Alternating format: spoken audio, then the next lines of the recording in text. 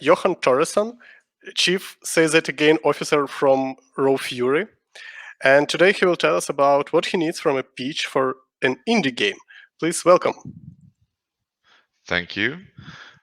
Super happy to have the opportunity to speak here. I've done the thing where I packed my presentation super full. So we will be going at full speed. I run scouting together with David Martinez at Raw Fury. Done a lot of shit in the past. You can probably just Google my Twitter or something if you want to find out more about that. It's less relevant than what we're going to talk about. So let's get into it. First, we're going to talk a little bit about how we do work, like how Raw Fury functions. This is everything that we do, basically. We have full developer support, which means QA, tech. We have producers, we have sales, we have marketing, branding, PR, everything basically you would expect, plus a little more. We have full creative freedom in our contracts, which means that you make the creative decisions. That gives us the opportunity to be honest with our input, since we don't have to worry about you just doing what we say, because you can literally say, well, nah, fuck that. We believe in shared risk, so we don't take any of our costs of work and put that into any deal we do. That's our own money to spend. And we do funding. So we would like to get in early and get that partnership going. So that's the rough part of it. And as for scouting specifically, here is the review process. What happens is I get a project sent to me. It ends up in a board. I get it tagged as a backlog thing. And I sit down and I play it, I think about it, and I review it basically. And at that point, when I'm done with that, we decide yes or no, should I show this to the rest of the team? Then it goes to the wider review. We're about 50 people now, so if everyone would look at every single review, we wouldn't get anything done. But at the wider review, the rest of the company comes in and starts looking at it and reviewing it themselves and giving me feedback on it. And after that, we decide yes or no. And if we decide yes, then we fly the devs out to Stockholm to basically figure out if we can work together in a good way, if we gel as humans, and go through like the contract and all the stuff that's like harder to do online and easier to do in person. And after that, we decide yes or no. Usually, if you're flying out to Stockholm, it's usually a yes. And the devs as well can also at any point say, yeah, actually, no, we would rather do something else with someone else, or we want to go at it alone, or whatever you want, basically. Yeah, after that, I give you over to the cunning hands of our internal team. All right, so here's the presentation that I was brought in to do. What makes a good pitch submission? It's fairly easy, and you don't need to take notes. There's a TLDR in the end if you want to screenshot it, and if you just want to read up on it, you can go check. If you Google how to pitch Raw Fury, most of that information is in there. Some more stuff even. So the first thing we need is a playable PC build. If we don't have a build, I can't play it. I can't review it. We don't sign so-called paper pitches because they are, or generally we don't sign that. It would be, a unique opportunity of some sort for us to do it.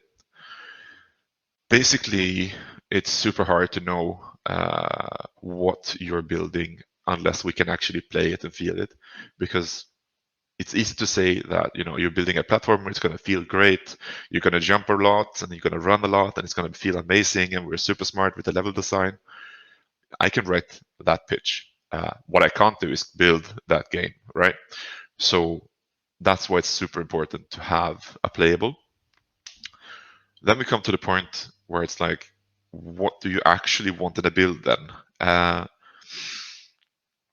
the thing is, I can't tell you, because what I want is what you consider the essence of the game.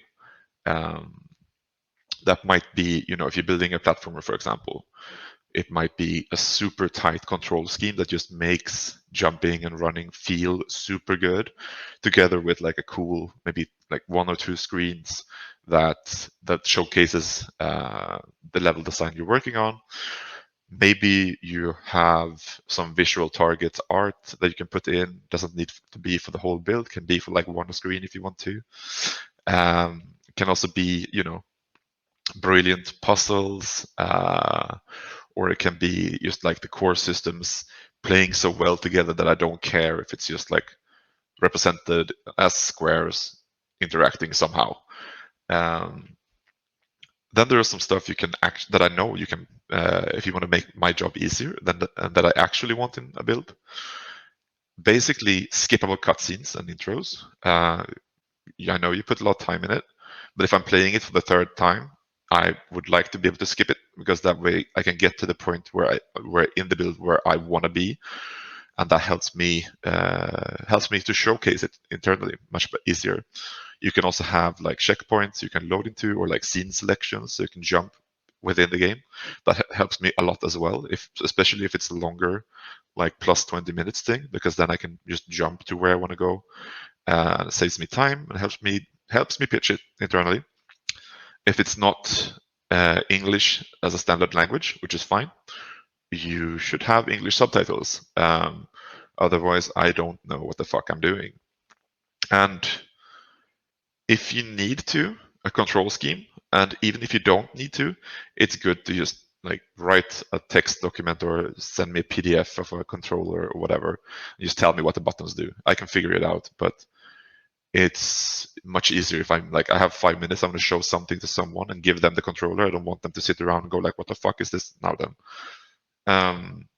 And yeah, a build that, showcases what you feel is the core experience in a good way.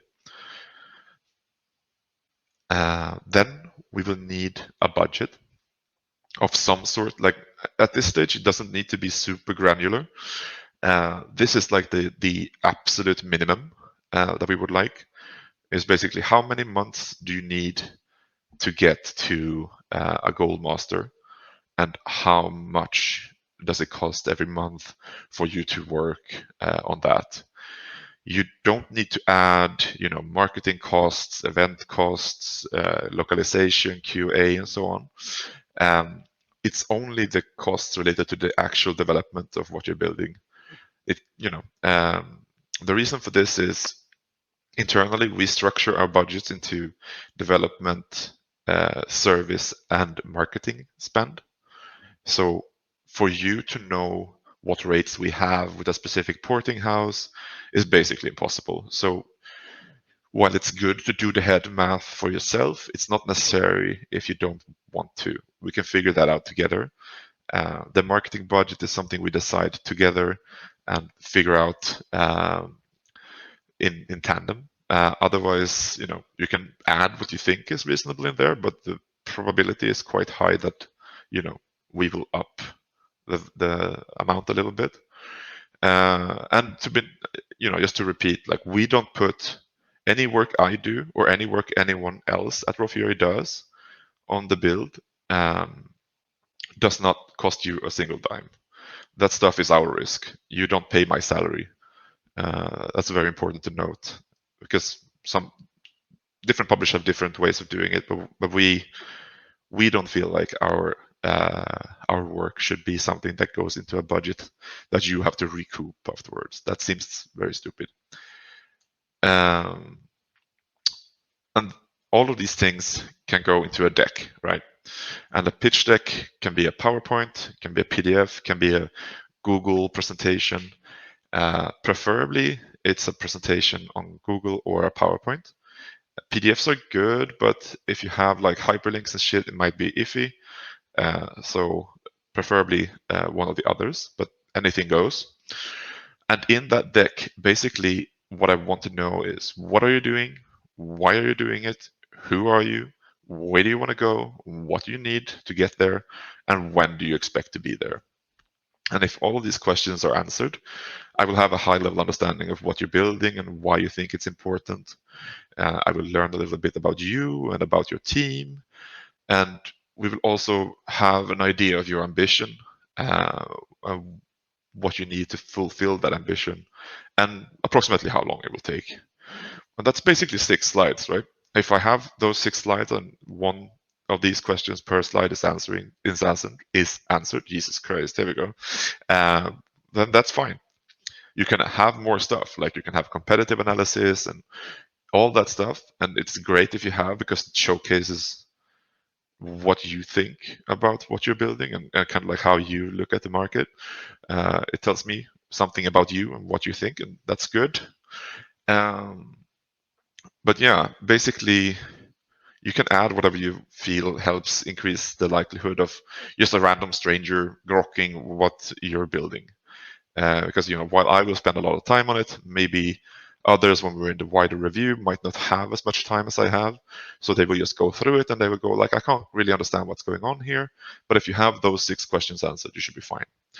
And then when those 6 questions are answered, you can basically add whatever you want. If you have a GDD that you feel can help me understand on a more deeper level how you think about the game, what mechanics there are, why you're building it like you do, shove it in there. I am reviewing, both the thing that I'm playing, but also trying to think about where will this be in, 18 months. How will this feel? How will this play? Um, and how will this function? Like, can you deliver on what you've written in the deck? So basically, I'm trying to see the future, and it's no one can do that. But looking at what you're writing, looking at the stuff you're adding to it, that helps me understand it better. Because obviously we also try to review your ability to get there. Um, and if we see like big hurdles, we'll ask some questions to figure out how you will work around those. But yeah, anything. If you have GIFs that can show off mechanics, that's great. If you have concept art, if you have mood boards, that's good. If you have a video playthrough, that's also great. Like, I won't use it probably, but if it goes to wide review, some people might not have the time to actually sit down and play. They might, watch the video instead. Or if I want to show something that's super cool, it's easier to get it to the whole company if there's a video, and just like, if it's an unlisted or private video on YouTube, just put it in the company discussions, and it's like, go 2 minute two and this and like this. This is the fucking magic that I'm talking about. Um, yeah, and anything else, anything that helps me understand what you're doing. It can be concept art and story docs and poems and fucking recipes of food, metal bar recommendations, anything you feel is good. And then you fucking send it to me. Boom. That's how easy it is. This is the email. And yeah, so we have about 7 minutes left. So let's try to talk about magic really quickly. When I sign stuff, we usually talk about like we want magic in the games that we sign. And magic is a very fluffy word, but if you break it down, it's not too bad. So here is one video from Silent Hill. I'll lower the volume, that I stole from GameSpot. Thank you, GameSpot. Um, this is one of my first like moments in video games that I refer back to a lot. It's been more than 20 years. The way Silent Hill builds up this scene, the camera work, the sound, the mood, the art, this fucking thing here, like the camera roll here is a reference back to Jacob's Ladder and how they work. You'll see a wheelchair when he's coming around the next corner. The memory I have of this is so fucking vivid that I can still talk about it a lot now. And I like to think that we sign games today that will be those memories for the people that are growing up now. Like the people that are in the position I was when I was 13 years old and I played Silent Hill 1 for the first time. Those are the kind of games that I want to sign. I want to sign stuff that will be talked about not tomorrow, but in 20 years. And it can be, it doesn't need to be Silent Hill. It can be Zelda. A Link to the Past, for example, which is also great and super loud. There we go. This is also one of those memories I have that is like super super sad. But it can also be like in Overwatch, you're playing Junkrat, you're dumping in on the back line, you just like concussion mine someone, set a grenade on them, kill off one or two of the back line, displace the whole fucking tank line. It's great. Or it can be in What Remains of Edith Finch when you're playing as the baby. I won't spoil why. Um, Sometimes it can be as simple as this. Uh, this is the banner that Will O'Neill made for PAX East. I don't know when. It's like 2013 maybe. I saw this banner and I knew I had to get this game. So I don't know how well you can read it on the screen, so I'll read it for you. It starts with "Your life is going nowhere. Still, you think about how things could have gone differently. I realize now that should have just let my game end with a QTE sequence or at least some kind of non-fat, non-male nudity. I could have been crowned indie suicide Jesus while 99% of my gazillion plus downloads were quietly driven by the part where the protagonist embraces his grimy despair at some racist massage parlor. I could have simulated human collapse in the form of a plot you'd find in a $20 million AAA narrative gaming masterpiece, one that would be laughed out of the worst book publisher on earth. I could have, should have, made this banner a more broadly appealing advertisement for what I paid thousands of dollars for to come to PAX to exhibit. But I didn't. I made this banner for the type of person who would still be reading it, and I made this game from the absolute gutter of my heart. You're welcome. I still get the chills when I read this because I think Actual Sunlight is probably one of the best games I've played in the last decade. It's always on my top 10 list of things I want to talk about. And you can feel the honesty and the brutality of that game in this banner. Highly recommend you check it out. So that's the kind of stuff that I want, right? Something that 7, 8 years down the line, I'm still going to presentations going, look at this fucking banner. We're not even talking about the game here, right? I hope that makes a little bit more sense in terms of what I mean when I talk about Magic. Yeah. So here's the TLDR playable PC build, a budget that shows kind of like what your development costs are related for one PC build. Don't add marketing, don't need to add ports or anything. We can figure that out together. Pitch deck that helps us understand who's building, why you're building it, when you think it will be done, and a high-level description of what you're building. And then literally anything. GIFs, videos, GTDs, story, anything that helps me understand who you are as a creator, what you are creating, and what your ambitions are. And then you just take all these things, put them in an email, and send it to magic@Raw Fury. That's basically it. I think I might be 2 minutes ahead of time, so we'll figure it out. And yeah, I view about 1,000 to 1,500 projects a year at Raw Fury, and if I could put a number on it, I would say 60% maybe puts everything I need in a pitch deck, and then 40% lacks. Either it's a budget or it's a timeline for like when it's going to be done. And what that does is adds friction. So I have to go and ask for it, and that adds time, which means that you won't get a reply as fast as you could. And we want to get quick replies. Currently, we're a little bit behind because of the whole fucking world going to shit. But in a good like proper optimal world, we can do this fast, and you can help us do that by doing these things. All right. Questions? Thank you very much. The first question that I have, Anton asks, what is the name of the game on that banner, but somebody Yeah, already answered to that good. question. So no worries about it.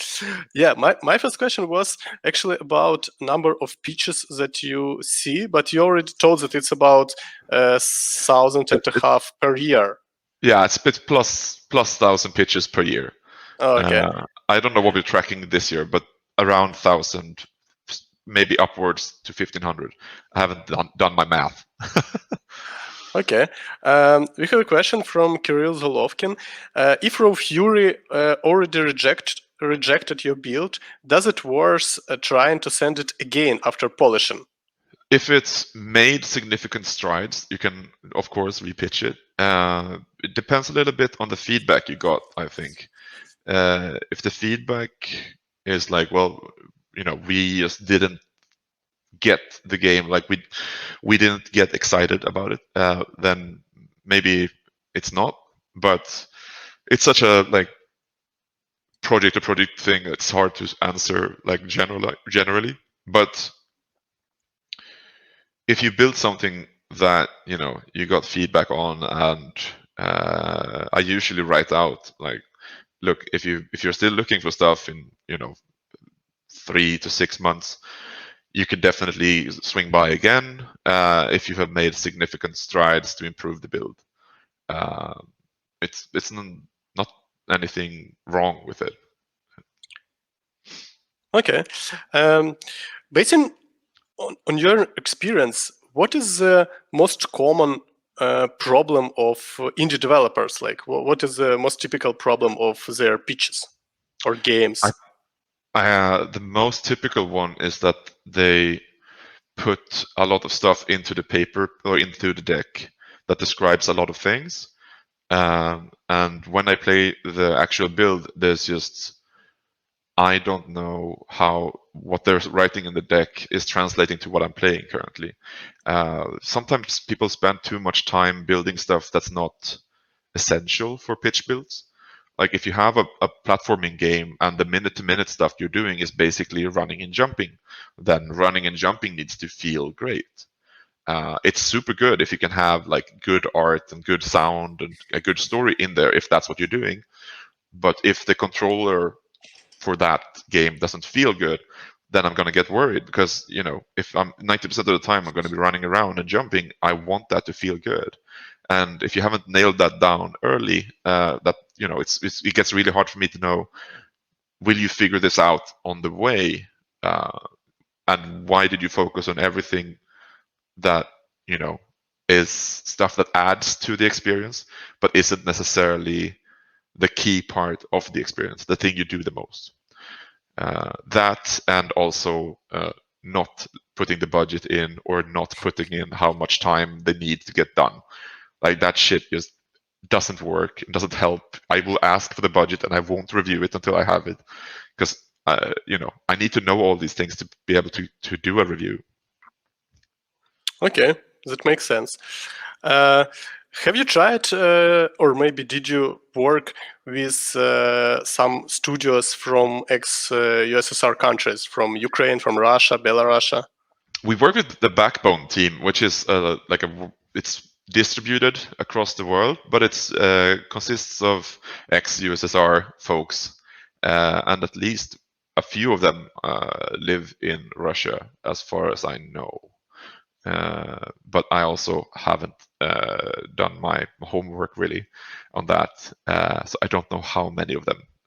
But I know we have folks in Vancouver, we have folks in the Netherlands, and I think we have folks in possibly Belarus and definitely in Russia. Mm-hmm. Okay, I think that that's all our questions. Thank you very much for your talk. It was quite useful and Hope like, so. yeah, for me it gives a really clear plan. What should I do if I want to prepare a pitch for a premium game?